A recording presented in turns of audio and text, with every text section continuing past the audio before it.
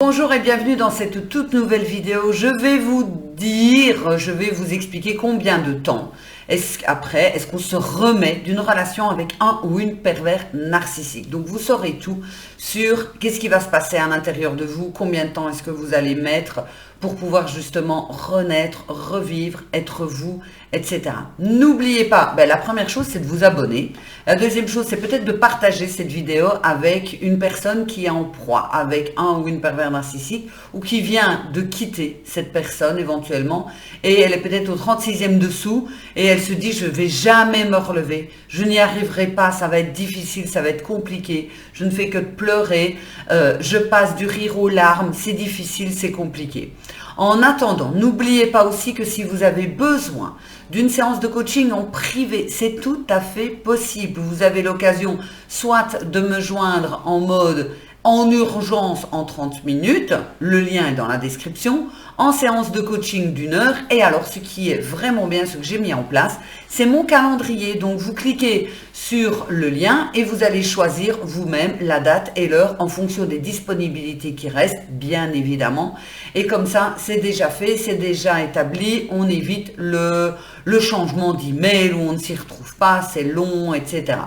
Aussi, vous allez trouver dans la description de quoi aussi avoir différentes choses, dont un lien où vous avez une série de vidéos totalement gratuites pour sortir donc des relations toxiques. N'hésitez vraiment pas, c'est avec un grand plaisir de toute façon que j'aime vous apporter. Il y aura d'autres nouveautés aussi, donc c'est pour ça qu'il faut vous abonner et me rejoindre sur les différents réseaux sociaux, Facebook et Instagram bien évidemment. Alors, combien de temps est-ce qu'on met pour sortir d'une relation toxique? Il y a une dame qui m'a mis une fois un commentaire et qui m'a dit non, c'est beaucoup plus long que ça, machin, etc. J'avais pas spécialement donné en fait une deadline, j'avais seulement parlé du programme. Le programme en ligne, Sortir des relations toxiques, c'est un programme de 3 mois avec des hypnoses, un vrai travail sur soi. Vous trouvez d'ailleurs le lien dans la description, il est à 69 €. Et donc j'avais fait une pub en disant voilà, vous avez ce programme de 3 mois. C'est pas parce que c'est un programme de 3 mois que j'ai dit que vous alliez mettre 3 mois. Ce programme de 3 mois, il y a des personnes, dès qu'elles ont fini, elles le recommencent aussi. Parce que comme elles évoluent, elles ont envie de réécouter. Peut-être qu'il y a des choses qu'elles n'ont pas compris ou captées, entre guillemets, de la même façon 3 mois après qu'au début, etc. Donc ça va vraiment dépendre en fait de vous. Ça va dépendre beaucoup de votre émotionnel, de votre résilience, etc. pour savoir combien de temps on se remet après une relation avec un ou une pervers narcissique. Ça va dépendre aussi de la longueur de la relation que vous avez eue avec la personne. Si c'est 1 mois et si c'est 20 ans, ça va pas être la même chose non plus. Il faut rester réaliste.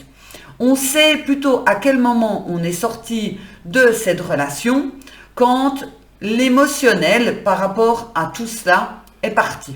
Ça veut dire qu'on a beaucoup plus de l'indifférence, quand on n'a plus de colère, quand on n'a plus de tristesse et qu'on a l'indifférence, c'est qu'on est sur le bon chemin.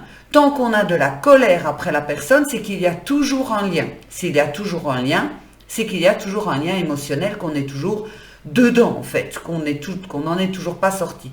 C'est pas parce qu'on a de l'indifférence que ça va être facile de se remettre en relation après. Attention, ça peut être très difficile de se remettre en relation avec quelqu'un parce qu'on a des peurs, on a peur à nouveau de se faire avoir, on a peur de retomber sur le même style de personne, on a peur de souffrir à nouveau, etc. C'est pas qu'on est encore dans la relation, c'est les restes et c'est notre émotionnel et notre corporel qui a enregistré ce qui s'est passé dans la relation précédente, qui envoie en fait des signaux d'alerte. C'est comme si vous brûliez, je sais pas moi, qu'il y avait une bougie et que vous brûlez la bougie, chaque fois que vous allez allumer une bougie ou que quelqu'un va allumer une bougie, instinctivement, vous allez avoir en une fraction de seconde, je me souviens que je me suis brûlée, je dois rester prudent. Et donc, ça, il faut vraiment comprendre que c'est pas la même chose que de sortir de la relation toxique. Vraiment dire, je ne souffre plus de cette relation toxique, c'est vraiment quand on a atteint cette indifférence.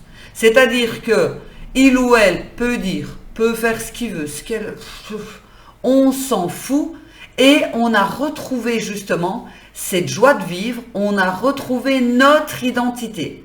Puisque avoir une relation avec un ou une pervers narcissique, on perd son identité. On ne sait plus exactement qui on est, parce qu'on a essayé de faire plaisir, on s'est mis au diapason, on s'en est peut-être ramassé tellement plein la tronche que on ne sait pas en fait si on est quelqu'un de bien. Enfin bon, bref, on est complètement perdu. On a peut-être souffert de crise de boulimie, ou au contraire, on a peut-être énormément maigri.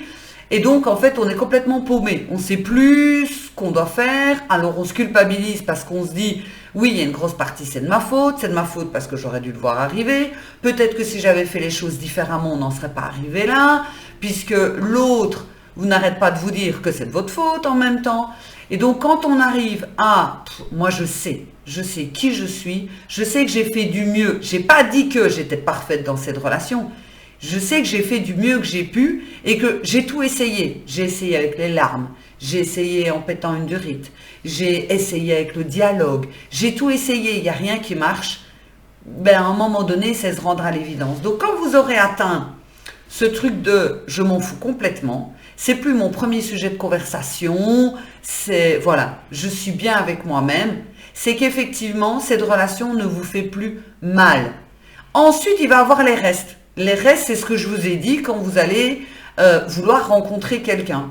C'est-à-dire, ces restes, c'est j'ai peur de retomber sur quelqu'un, peut-être que je vais avoir aussi le fouillant, ça veut dire fuir la relation pour ne pas justement trop m'attacher, pour ne pas avoir peur d'être blessé, pour ne pas retomber, recommencer, je vais peut-être devenir paranoïaque. Donc ça, c'est différent. Donc, le principal, en fait, c'est de comprendre qu'il va falloir travailler sur les deux pôles. Le premier, c'est je sors de la relation toxique, ça ne me touche plus. J'ai compris le mécanisme, je suis bien avec moi-même, je sais exactement ce qui s'est passé, etc. Je l'ai accepté, j'ai accepté que je suis une victime, j'ai accepté que j'ai ma part de responsabilité dans cette relation parce que j'ai laissé faire les choses. Premier point. Le deuxième point, c'est maintenant, je veux travailler sur moi pour ne plus être pollué par cette relation et enfin arriver à une belle relation, arriver sereinement et pas arriver avec mes bagages. Et c'est là que c'est différent. Donc, j'ai envie de vous dire que la première étape, elle peut prendre des mois, suivant l'intensité que vous avez mis dans cette relation, suivant la longueur de la relation, suivant comment est-ce qu'on vous en a fait voir aussi. Alors, ça peut aller de 6 mois, 1 an, ça dépend un petit peu. Mais la deuxième phase est beaucoup plus longue. La deuxième phase qui est « je traîne le sac à dos », c'est beaucoup plus long. Et c'est pour ça que cette deuxième phase, elle est importante et que j'ai des personnes, elles me disent « non, ça va, c'est bon, je m'en fous de la relation toxique, c'est bon, c'est fait ». Oui, mais si tu ne travailles pas et que tu n'évacues pas ce sac à dos, tu vas le traîner dans les autres relations. Et c'est pour ça qu'il faut continuer encore à travailler sur vous, à vraiment... Voilà, je travaille sur moi, je prends confiance en moi, on travaille beaucoup sur la confiance en soi, sur l'estime de soi, sur qu'est-ce qui n'a pas été, quels ont été aussi, quels sont mes mécanismes qui ont fait que j'ai accepté, d'où est-ce que ça vient, quel est à ce point peut-être mon manque d'amour, enfin bon bref, on travaille vraiment sur tous les plans pour se dégager un maximum de ce sac à dos pour pouvoir se remettre beaucoup plus facilement et plus sereinement dans une relation avec quelqu'un d'autre. Parce que l'autre n'est pas obligé de payer justement ce que vous avez donc vécu dans la relation. Je tiens encore à préciser aussi qu'il y a des personnes qui me téléphonent. J'ai eu dernièrement une personne d'Italie, j'ai eu une personne aussi d'Algérie qui me téléphone comme ça à 22h sur mon téléphone. S'il vous plaît, prenez rendez-vous parce que vous imaginez si tout le monde, parce que j'ai de plus en plus de personnes sur tous mes réseaux et de plus en plus de messages, si tout le monde fait comme vous, j'ai plus de vie, je vais être obligée de couper entre guillemets mon téléphone. Donc prenez s'il vous plaît rendez-vous sur les liens qui sont en description. Ce sera beaucoup plus facile pour tout le monde et vous aurez beaucoup plus rapidement une réponse aussi. N'oubliez pas de vous abonner, donc d'aller voir dans la description, de cliquer pour recevoir les vidéos totalement gratuites et on se retrouve dans une toute nouvelle vidéo. Visitez les autres playlists aussi. On se retrouve bientôt. Excellente journée. Ciao.